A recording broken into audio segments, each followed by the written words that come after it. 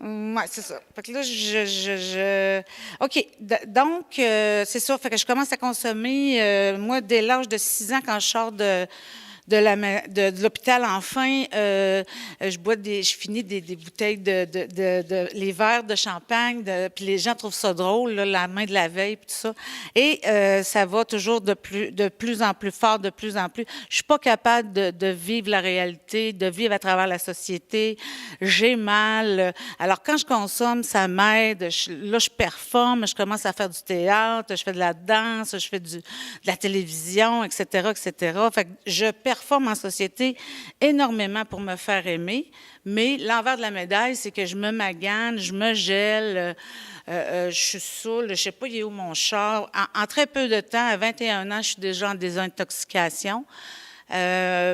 Et je comprends pas. Je comprends pas que alcoolisme, toxicomanie peut être une maladie et que c'est ça qui fait que je me mets dans le trouble. Puis, en fin de compte, pour moi, aujourd'hui, je comprends que c'est pas une maladie mentale, mais je dois tout faire pour revenir en santé mentale. Alors, au moment où j'ai accepté que oui, c'est une maladie, alcoolisme, toxicomanie, c'est dans le DSM-5, mais la façon dont j'ai eu enfin une réponse par rapport au rétablissement, c'est au moment où j'étais enceinte de ma fille. Là, je voulais plus consommer, je voulais qu'elle se forme parfaitement dans mon ventre, je voulais que sa tête soit... Alors, j'ai arrêté les drogues fortes en pensant que ça, c'était l'idéal. Aujourd'hui, je n'ai plus repris de drogue forte et elle a 30 ans. Mais l'alcool, j'ai un peu continué. Tout le monde buvait chez nous. J'étais entourée, j'étais dans les affaires, alors on buvait partout. Et bon, enceinte, je me suis retenue un peu, mais je pensais pas que c'était une maladie, l'alcool. Alors, à un moment donné, quand elle a eu 3 mois, j'ai décidé d'aller prendre un verre avec mes amis que j'avais pas vus depuis 1 an. Et je suis revenue après 4 jours. Et là, j'ai vu l'ampleur de la maladie, puis ça s'appelle l'alcoolisme, puis je ne savais pas. Alors, j'ai demandé de l'aide. C'est au moment où j'ai demandé de l'aide que j'ai admis que j'avais un problème et que j'ai eu David après ça. Donc, je me ramasse monoparentale avec 2 enfants et je veux le faire dans la sobriété. Je réussis à le faire grâce au mouvement des alcooliques anonymes, grâce à la biodanza. Je renais, je revis, arrêter de consommer, c'est payant. Fait que c'est pas grave, je n'ai pas de pension alimentaire. Je m'élève avec les enfants, je joue, je vis pendant 20 ans un bonheur total, mais avec toujours un... C'est quoi les forces avec lesquelles ça t'a mis en contact, le fait que tu as réalisé que l'alcoolisme était un problème? Avec quelle force t'as contacté pour ton rétablissement à l'intérieur de toi? En fin de compte, je pense que l'amour et l'humour m'ont sauvée, moi. Et mes croyances spirituelles. Je suis vraiment connectée à la terre avec les Autochtones. J'ai vraiment ça à l'intérieur de moi où ce que je peux apprendre à vivre dans l'humilité, la simplicité, l'humour et l'amour. Donc, c'est ça. C'est ça qui fait que je vis, que je choisis de vivre puis de bien vivre. Alors, le réveil spirituel s'est fait au moment où j'ai tout abandonné et que j'ai accepté de demander de l'aide et de croire que la vie pouvait être belle sans consommer et de faire ce que j'ai à faire pour l'atteindre. Oui, en fin de compte, les qualités, ce serait le fun que j'ai nomme. Beaucoup de courage, beaucoup de présence, de prestance. Je suis une personne colorée. Je suis curieuse, donc j'ai plein de connaissances. Puis, il faut que je rajoute que j'ai traversé 5 chocs post-traumatiques. Je ne dis en rien aujourd'hui parce que je suis capable d'en rire, mais c'est quand même pénible et très lourd comme passage, si on veut, à la santé mentale d'aujourd'hui. Alors, Maintenant, d'aller vers aujourd'hui, à travers tout ce bagage-là, qu'est-ce que Lina est en train de déposer en elle et autour d'elle pour envoyer un message à son environnement et à son cœur? Oui, en fin de compte, c'est d'être témoin que ça se fait, qu'on a l'aide requis, même au Québec, c'est vraiment exceptionnel. puis, ce qui chante à l'intérieur de moi, c'est de dire que ça peut servir un jour à des personnes qui ont vécu la dépression, les viols, alcoolisme, toxicomanie, etc. Donc, cette croyance-là qui m'habite me nourrit d'une nouvelle vie, d'un nouveau bonheur, d'une nouvelle façon de prendre ma place sans m'épuiser. Alors, pour moi, les conférences, le monologuiste et le livre que je suis en train de lire vont permettre ça, de donner de l'espoir, en fin de compte, parce que quand je donne de l'espoir, ça m'en donne à moi-même en même temps. Merci beaucoup, Lina. Bonjour, je m'appelle Lina. J'aimerais vous témoigner d'un chapitre de ma vie aujourd'hui. Dès l'enfance, de 3 à 6 ans, je suis abandonnée à l'hôpital pour une maladie. Et c'est comme ça que je me sens. Donc, il y a une grande carence affective qui se développe tout au long de ma vie. Et j'ai consommé pour essayer de vivre ça dans le monde et d'arriver à vivre par la suite sans consommer. J'ai eu beaucoup de chocs post-traumatiques, etc., que j'ai accumulés. Mais j'ai eu un réveil spirituel vraiment quand j'étais enceinte de ma fille, où je savais pas que l'alcoolisme était une maladie et je buvais beaucoup et je voulais pas faire ça. Je faisais ce que je voulais pas puis je faisais pas ce que je voulais.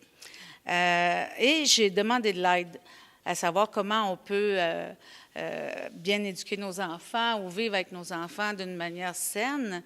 Alors, j'ai reçu de l'aide d'Alcooliques Anonymes, de Biodanza, de tous des services en santé mentale. J'ai bien aimé le terme santé mentale au lieu de maladie mentale.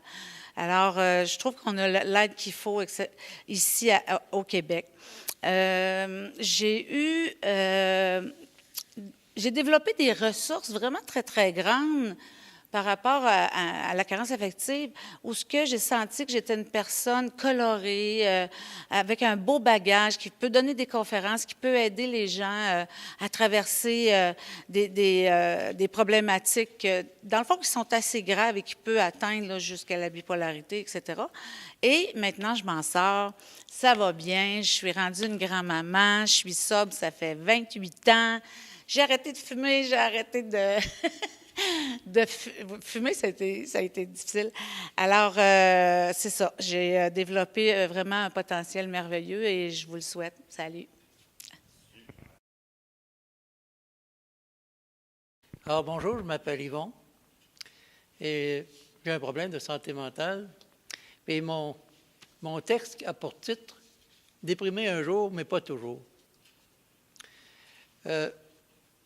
J'avais préparé lorsqu'on est sonné, un peu comme dans une figure de boxe, ça peut prendre du temps à nous relever.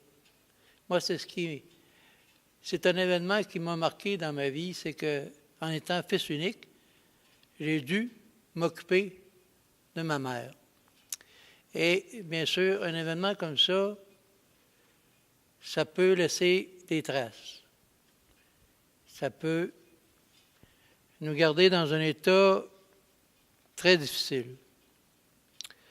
Alors, à ce moment-là, comme j'étais fils unique, ma compagne était la solitude et l'ennui. Et qu'est-ce qui se posait à l'époque, c'est est-ce que je devais me replier sur moi-même ou agir en motivation, avoir cette motivation de vivre, puis aller vers d'autres défis. C'était pas moi qui était mort, c'était ma mère. Donc, ça m'a révélé. Ça a fait sortir des qualités que je soupçonnais pas. Et puis, il m'est arrivé une bénédiction, si on peut dire. J'ai joint un organisme qui s'appelle La Passerelle. Ça, c'est à Charny, à Lévis. Puis, j'ai rayonné. Au lieu d'être l'être timide puis renfermé, j'ai été l'être le plus joyeux, le plus entreprenant de l'organisme et de la vie. Alors ça a sorti le côté intérieur néfaste de ma vie pour entrer dans une belle vie. Je dis, comme je l'ai mentionné ici, que je suis entré dans une autre famille. On était On était seulement 3, mais je suis entré dans une autre famille, puis j'étais uni à eux. Alors, je dis que la dépression, l'angoisse, ça peut s'incruster sur les personnes. Mais lorsqu'on voit qu'il y a ce danger, il ne faut pas hésiter à se servir des ressources qui sont disponibles. Les parents, les amis, bien sûr, le personnel professionnel, les médecins, les psychiatres, et aussi les bonnes ressources qui existent dans la communauté. Et la passerelle, bien sûr. Sans la passerelle, peut-être que j'aurais été dans un niveau très bas dans ma vie. Alors, je les remercie, puis je dis que chaque individu est une richesse. Puis encore plus lorsqu'on a un problème de santé mentale. Je vous remercie.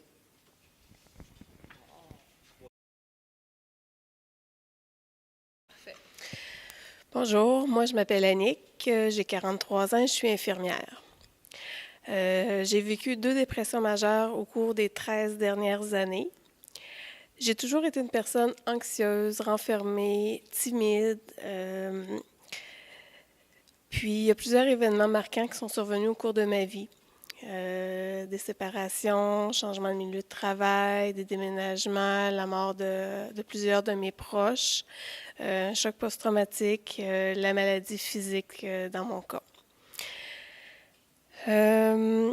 Ces événements-là, ils m'ont fragilisée, ils ont diminué mon estime de moi, puis m'ont mené à l'épuisement de mes ressources intérieures.